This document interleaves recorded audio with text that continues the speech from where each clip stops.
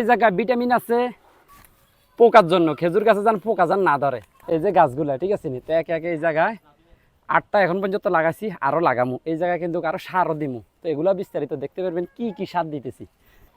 কালা সার লইতেছি, এখানে 3 কেজি কালা সার হালকা রাখি দিছি আমি। এই যে ভিটামিন, এগুলো হচ্ছে চায়না কোম্পানির, ঠিক আছে নি। দেখেন এগুলো কালো কালো, যেহেতু গাছগুলো টপে ছিল তাই ভিটামিনের অভাব দিতে হবে না। এখানে সব ধরনের উপাদান আমি দিতেছি। এই জায়গায় এক উপাদান, এই জায়গায় আরো উপাদান, এছাড়া আরেকটা দিছি।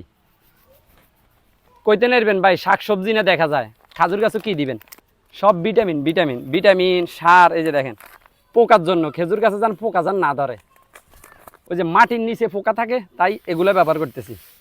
তাই সারগুলারে মিক্স করতেছি। এই যে আপনারা দেখেন, আপনার হাতের মুষ্টি 2 মুষ্টি সার দিবেন এই জায়গায়, প্রায় 200 গ্রামের মতো।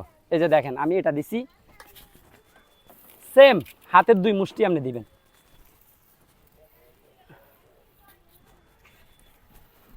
এই যে আরেকটাতে সেম হাতের 2 মুষ্টি।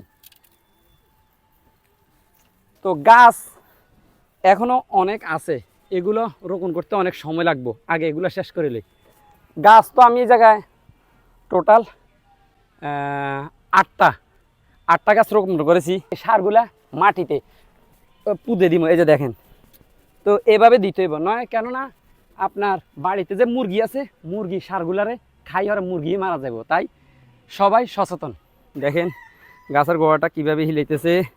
তো গাছের গোড়া এভাবে হিলাইতে হইব, যেহেতু গোড়াতে যান ফানি যান না হান্দায়, দেখছেন নি।